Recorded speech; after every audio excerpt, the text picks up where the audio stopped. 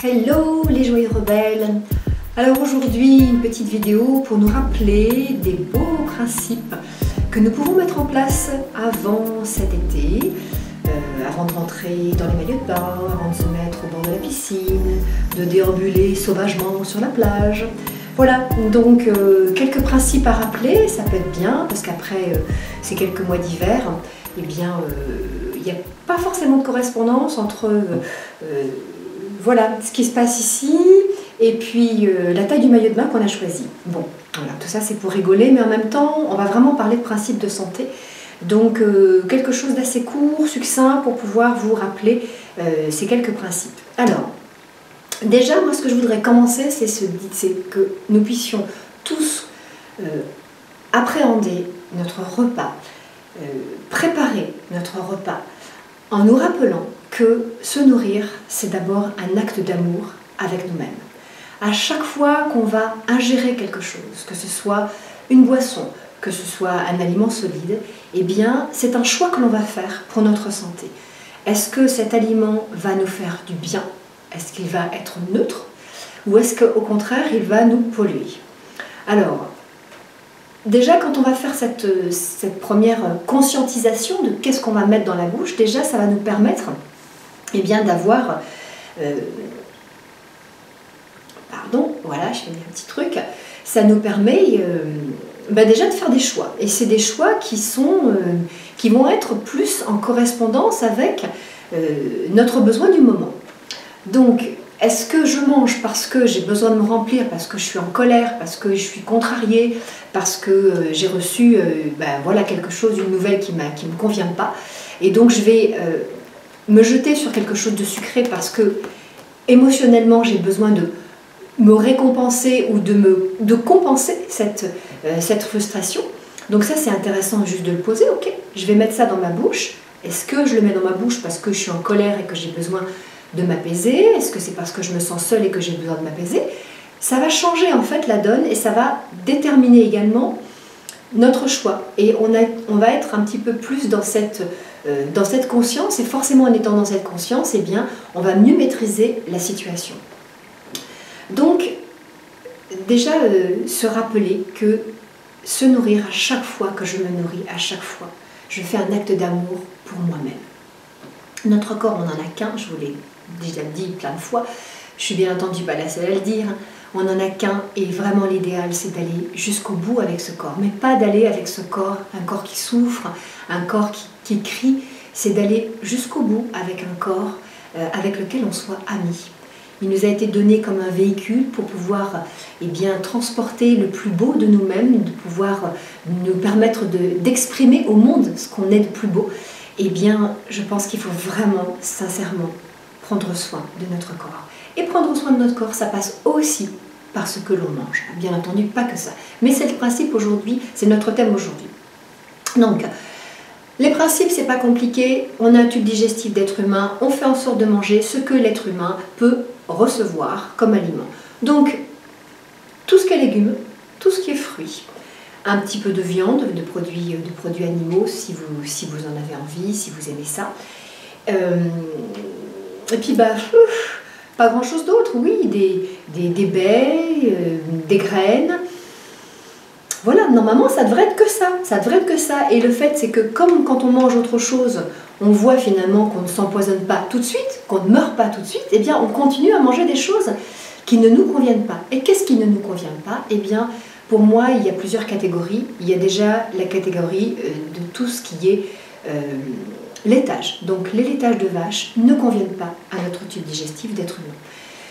Donc on peut en boire un petit peu, on peut en manger sous forme de yaourt, mais vraiment, si vous avez envie d'améliorer la situation au niveau de votre poids, au niveau de votre santé, eh bien je vous invite vraiment à éliminer le plus possible tout ce qui est lait de vache. Je vous invite également à faire très attention à tout ce qui est céréales. Alors je ne parle pas des céréales du petit déjeuner qu'on met avec du lait justement, je parle, celles-ci en font partie, mais je parle surtout des céréales comme le blé, comme l'avoine, comme l'épeautre, comme le seigle, des choses comme ça, le riz, qui sont des aliments qui sont difficiles à digérer et pour lesquels on n'a pas été fabriqué. Donc faire très attention à ces aliments, donc les céréales sous toutes ces formes, mais également les légumineuses. Les légumineuses sont des aliments qui sont très difficiles à digérer. C'est pour ça qu'en général, on propose de les faire tremper pendant à peu près 48 heures en changeant l'eau très souvent pour pouvoir que ce soit digeste et pour pouvoir manifester à travers permettre que la vie revienne à travers ces petites graines pour pouvoir que ce soit plus facile pour nous de digérer ces aliments. Donc ça montre que ce n'est pas vraiment fait pour nous. Qu'est-ce qu'il faut faire attention? Attention à tout ce qui est sucre. Alors je ne parle pas du sucre des fruits, je parle des sucres rajoutés. Je parle des barres de chocolat, je parle des confitures, de toutes ces petites choses voilà, qui contiennent plein de sucre et qui quelque part sont des bombes. Parce que le sucre, vous l'avez remarqué, le sucre appelle le sucre. Et donc là ce qu'on veut, c'est justement retourner sur une voie qui soit beaucoup plus saine, c'est-à-dire qui soit en même temps une voie qui soit facile. Et si on est tout le temps appelé par le sucre, ça devient compliqué. Donc, le moins possible de sucre, sauf sous cette forme de fruits. Et puis quoi d'autre? Eh bien, je vous ai parlé donc des laitages, des farines. Donc, bien entendu, dans les farines, dans tout ce qui est les céréales, faire attention, particulièrement au gluten. Si vous pouvez l'éliminer, ce n'en est que mieux. Si j'oublie quelque chose, je reviendrai dessus, ça n'a pas d'importance.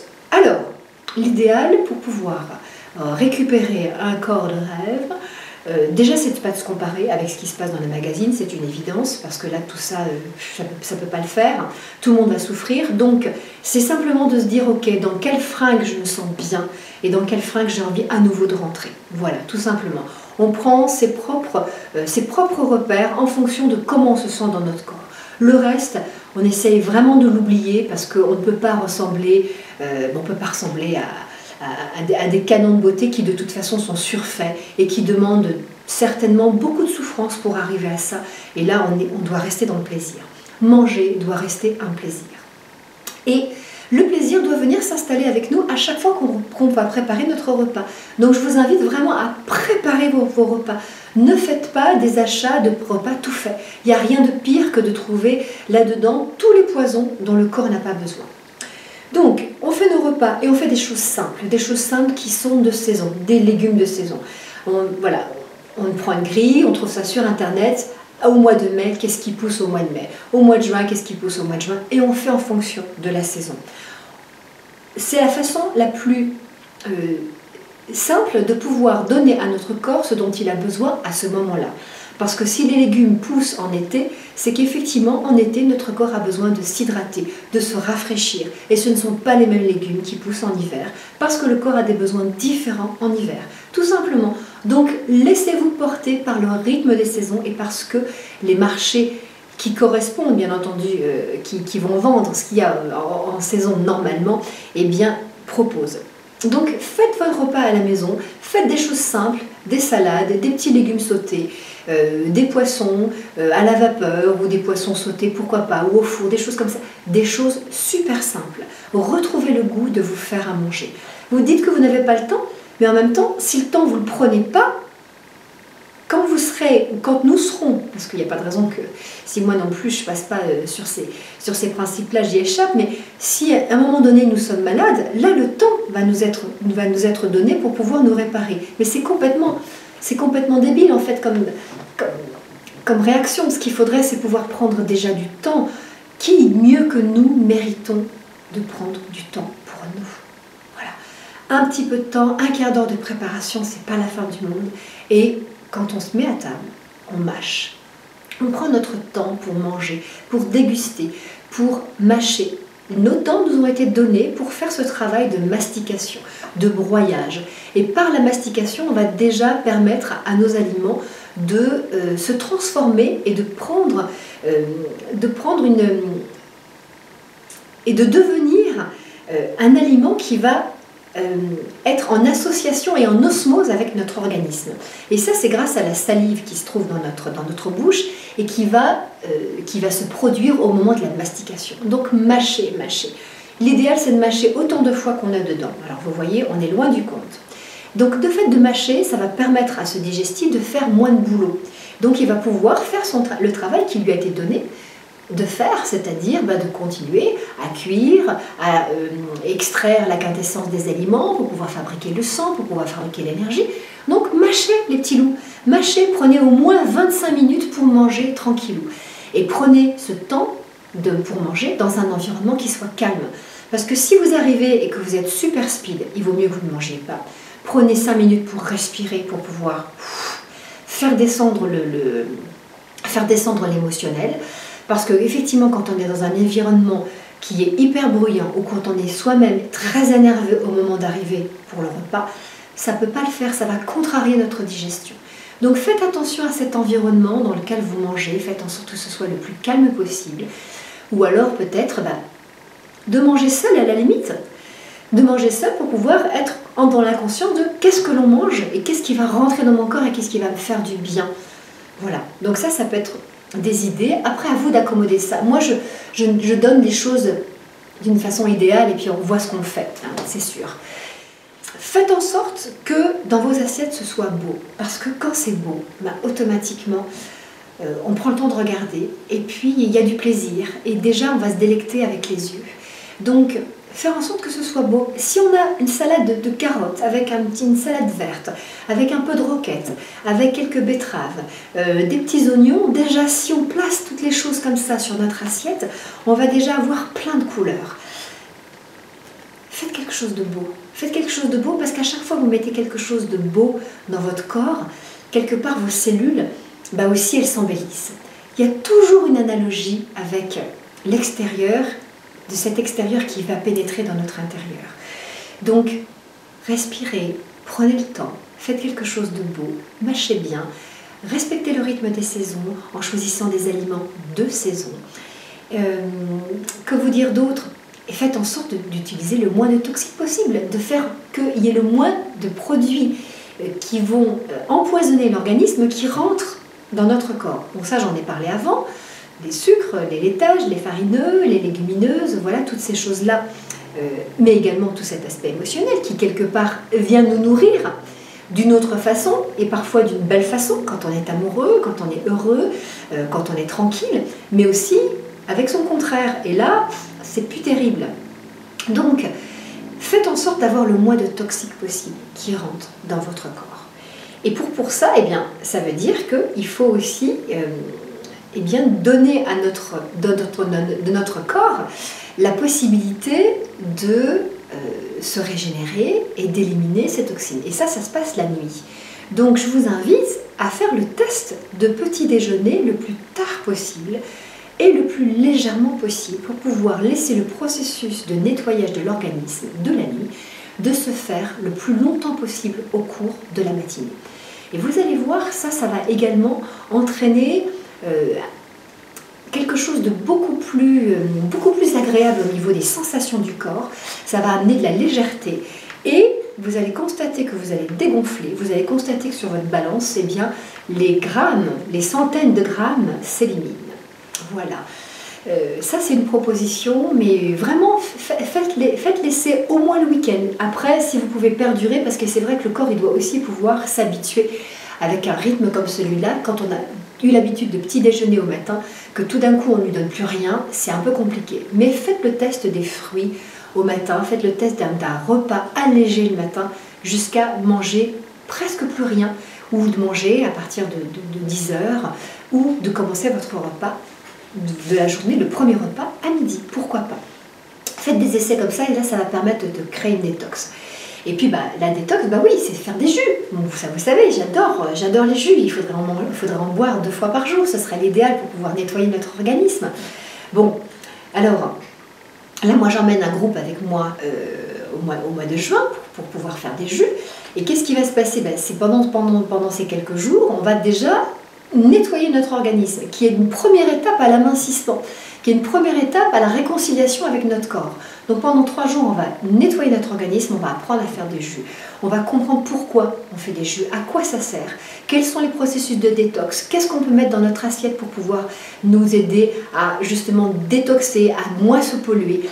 Et également, il y a toute la partie de la méditation. Parce que, et vous le voyez, si vous respirez avant votre repas, si vous concentrez si vous mettez votre conscience sur la respiration au cours de votre journée, vous allez voir qu'au niveau émotionnel, il y a quelque chose qui va descendre et qui sera vraiment beaucoup plus apaisant et qui va vous donner beaucoup d'énergie. Donc, dans ce séjour de détox, il va y avoir de la méditation, des chants guérisseurs pour élever nos cellules à un niveau beaucoup plus haut. Et puis après, il y a tout le phénomène de groupe qui est vraiment très aidant et très chouette pour pouvoir faire cette expérience.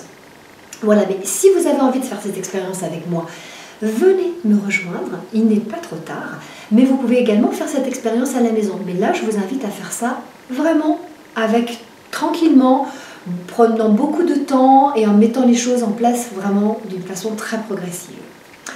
Bon, les petits rebelles, qu'est-ce que je voulais vous dire d'autre? Faites attention à trop d'eau. Tout le monde boit.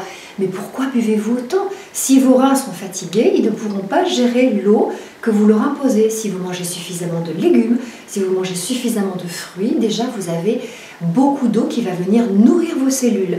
Après, buvez quand vous avez soif. Alors, effectivement, je ne dis pas ça pour les personnes qui sont très âgées parce qu'elles sont moins en connexion avec leurs besoins d'être hydratées, mais je le dis à des gens qui sont en forme, qui sont jeunes, qui ont peut-être jusqu'à 60, 70 ans et qui, je le remarque, boivent des litres d'eau pour pouvoir nettoyer, éliminer, etc. Alors, effectivement, l'eau, elle nettoie, mais en même temps, si vous mettez trop de flotte dans votre organisme et que votre rein est fatigué au niveau énergétique et qu'il ne peut pas éliminer toute cette eau, et bien où est-ce qu'elle va se retrouver cette eau? Elle va se retrouver dans les tissus. Et là après on crie « Oh, cellulite !» Et bien ouais, buvez quand vous avez soif. Et quand vous buvez de l'eau qui soit tiède, à température ambiante. Comme quand vous mangez, faites en sorte que si vous prenez des choses qui sont crues, elles soient à température ambiante. Vous allez continuer à réchauffer vos crudités par la mastication et ça c'est une autre forme de cuisson. Voilà les petits loups. C'est tout ce que je voulais vous dire pour aujourd'hui. Je speed un petit peu parce que je vais faire une vidéo qui ne soit pas trop longue. Et puis voilà, faites en sorte de manger seulement 3 fois par jour. Ne mangez pas plus que 3 fois par jour. Si vous avez besoin si vous avez une petite faim, prenez un fruit. Voilà, c'est pour pouvoir couper cette faim. Et essayez de manger juste 3 fois par jour, voire 2 fois par jour. Plus vous êtes fatigué, moins il faut manger. Plus vous avez du poids à perdre, plus vous devez réduire la quantité de vos repas et surtout ceux du soir. Bon, je compléterai certainement cette petite vidéo avec une autre vidéo au fur et à mesure du printemps. Je vous invite à mettre ces petites choses en place. C'est très simple. Il suffit juste de prendre du temps pour soi et de se dire que voilà, l'amour qu'on a à se donner, il mérite d'être donné. Et que si on ne se le donne pas nous-mêmes, qui va nous le donner? On ne peut pas compter juste sur les autres pour s'aimer. Il faut d'abord s'aimer soi. Et manger, c'est déjà un acte d'amour envers soi-même. Voilà, et puis souriez. Il y a des fois, moi je souris tellement que j'en ai des douleurs, c'est presque des crampes, ça fait bien rire un de mes amis. Et voilà, mais souriez et vous allez voir, c'est beaucoup plus facile en souriant. Voilà, je vous fais des gros bisous, prenez bien soin de vous et puis à tout bientôt. Bye bye les joyeux rebelles.